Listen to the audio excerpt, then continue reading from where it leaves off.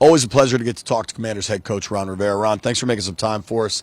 How do you feel like your offseason has gone now? We're into the new league year. Well, I think it's gone very well for us. It's been very productive.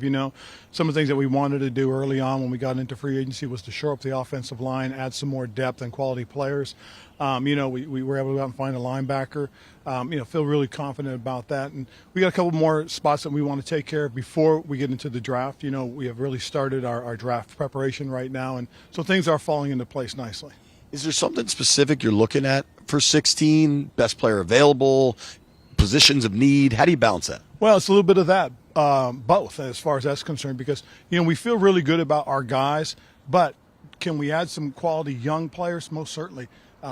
Position specific, that's something that we really have to see as we go through this. When we do our readings, when we get together 2 weeks before the draft, it was real important to listen to what Jack and the defensive coaches think about things as far as different positions. It'll be real important to listen to Eric Bieniemy and the offensive staff as to what else they feel we need. So we feel really confident because we put ourselves in a good position where potentially it could be about the best player available. And then with the O-line changes, do you see Gates as a center and Wiley as a tackle, bumping Cosme in? When does that kind of play out? Well, I think that'll play out when we get together on the 17th, when we start in April. But again, that is one of the things that we have talked about is, best positions for these guys that we have. And Wiley adds a real good dimension to our offensive line, especially the right side with Sam.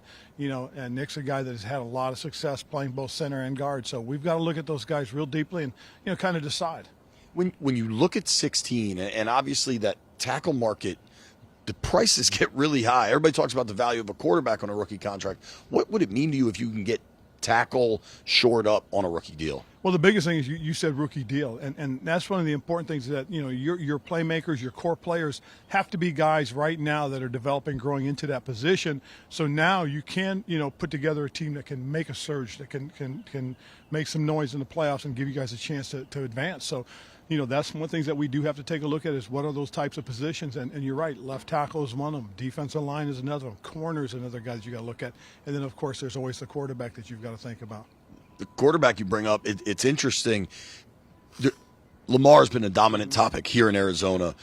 Now he announced he requested a trade. Somehow you guys are always connected to Lamar. What do you make of that? I'm not quite sure. I'm really not. Because, again, we came out of the season feeling very confident about Sam. I mean, I do agree with what Martin said yesterday. Here's a young guy that got an opportunity to stay back, in the background, watch, develop, grow. And, he showed us something very good in the Dallas game that gives us a lot of pause for, this young man has a chance. And we felt very strongly about him to begin with.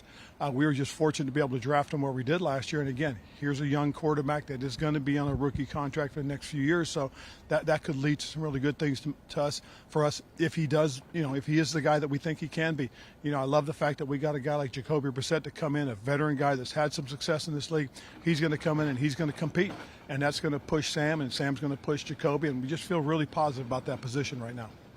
Developing a young quarterback, this is something you've done. You've been around this. I mean, going back to your days with the Eagles and Donovan McNabb, how do you know the balance of he's going to make some mistakes, we got to ride it out, versus, all right, we got to try to win games? When do you find that niche, so to speak? Well, the best part is not a rookie. He got his first start last year, got against a very good opponent and played well. So that's something that we're very positive about. But you're right, JP, the big thing is balance that out. We really think this is a kid that can come in and can play solid from the beginning. And again, when you have a guy like Jacoby behind him that's pushing him, that's going to compete. It'll work itself out. The cream will most certainly rise. One of those two guys is going to give us the best chance to win, and we're going to go that way. You've overhauled pretty much that entire offensive staff. There's a couple holdovers, but a lot of change there. Clearly, that Chiefs scheme gets people open. The eye test shows you that. Do you have the personnel to pull that scheme off? We believe we do. And that was one of the ideas of shoring up the offensive line. Is putting guys in that we think can come in and compete, be starters, help us win football games that way. I really did like what I saw from the Chiefs. I got an opportunity to watch some tape, watched them in the playoffs, and that's what led me to Eric Bieniemy. Let's go to the defensive side of the ball. In 2020, your defense was dominant. You guys get to the playoffs, win the division. 21, they take a step back. 22, back to pretty close to dominant. How do you keep that consistent this year? Well, I think the biggest thing is, Jack and the defense staff have done a real nice job this offseason in terms of going through the things that they did last year, working on some of those things that they feel that need to be improved. And I really do think the big thing more than anything else is just continue to add pieces to the puzzle. We're showing up the defensive line. Feel really good about the safety position right now, and continue to look and grow with our corners. And again, the linebacking position is a position that we need guys that are tacklers, guys that can get downhill and make plays, and we feel very good about what we've done. You lose Holcomb, you bring in Barton. Do you feel like that's a even trade, or do you think Barton might have more than we've seen? Well, I think right now it's an even trade, because you look at what Barton did last year, his first real opportunity to play, and he played very well. Here's a guy that was behind Bobby Wagner, arguably one of the really good linebackers of this era. And, he's learned from him, he's grown, and he got his opportunity and really showed well. So that's the kind of players that you're looking for when you're in free agency, is those guys that have the potential to break through. And this is a guy that showed very, very well last year for Seattle. You get the deal done with Payne. I know that was a priority for you.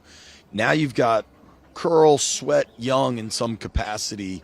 What's the timeline like for working on that stuff? Well, the best thing is we have time. We have until early May to make a decision on Chase, and again, we're trying to see what we need to see in the next couple of months. Is there a lean there?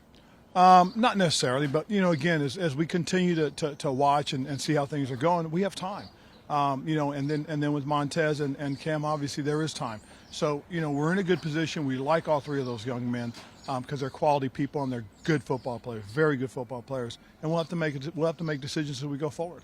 And to your credit, I'll point out that when the extensions have come, they're usually June, July, August. So you're telling the truth on the timeline. Yeah, for the most part, yes. I mean, that's what again, that's one thing I just hope everybody understands. I'm trying to be straightforward with what we're doing. There's some things that I can't get into completely, obviously, because of the sensitivity of it. But the truth of the matter is, we have to go through this process of evaluation, seeing where everybody is, and obviously, there's another big step that we're waiting on. Yeah, well, I'm guessing that's the sale, and the two dominant topics out here are Lamar and the sale of the Commanders. How does that impact you day to day, or even big picture? Big picture for the most part, again, because we have a plan in place. This year we did a lot of roster building, and we were able to go out and do some things that we felt were really good for the team. We worked with Duran and his people, and we got a good contract out of it for both sides that really helped us give us an opportunity to go out and roster build. And then, have there been any limitations as the sale has progressed here? Well, I think right now we're in a pause, obviously, because of what things are the spot that the sale is in. So it's a sensitive time, and we just have to kind of wait it out for a little bit. Having been through this, will it be a relief for you at all when it's done? It is, to be honest. I went through it in Carolina, and once it's done, and you get to meet the new owner, and you get a chance to sit down and talk and explain and go through certain things, and then you just feel, okay, now it's time to go out and do your job. Have you met with any of the potential new owners? Only one group, and it was incidental. I just happened to be working through the office when they came through on their tour of the facility, and it was just very quick, very brief, and was able to move on. Is it remarkable to you, the attention on this thing? Yes, it is, and even more so than what we went through in Carolina. I think the big reason is because there's a big number, a very, very big number involved somewhere along the line. But, that's really the price of business today. I mean, these are very valuable entities to own, and they're right in the limelight. It is obviously we are the most the most popular sport in America right now. Yeah, it's remarkable. Real quick, competition committee stuff. The hip drop tackle. I don't know if I'm saying it right. No, you are. How are people supposed to tackle? Well, see, and that's one of the big things is we're looking at it, and again, the big concern about the hip drop more than anything else is that it lands on the back of the legs of the runner, and that's something that they're trying to evaluate how that tackling method is, how that technique is, and what can we do to make it safer play. That's the big concern. There are some elements that are very similar to the horse collar, and that's what we're trying to take out. As a former linebacker, we're going back to the '85 Bears here. How hard is it for a player trying to bring down an incredibly gifted skill position guy if they're not allowed to go up, they're not allowed to go down, not allowed to grab from the hip? Well, the biggest thing, JP, more than anything else, is really the hip tackle the hip drop tackle is really coming from the side or from behind, and that's one of the elements that's real interesting to look at. Is just because of that. So again, as we go through that process, just trying to find the safest way to do that, and obviously make sure the techniques that are being used aren't techniques that could create an injury. Gotcha. Ron, thank you very much for the time. All right, always good, JP. Can you hip tackle JP right now? No.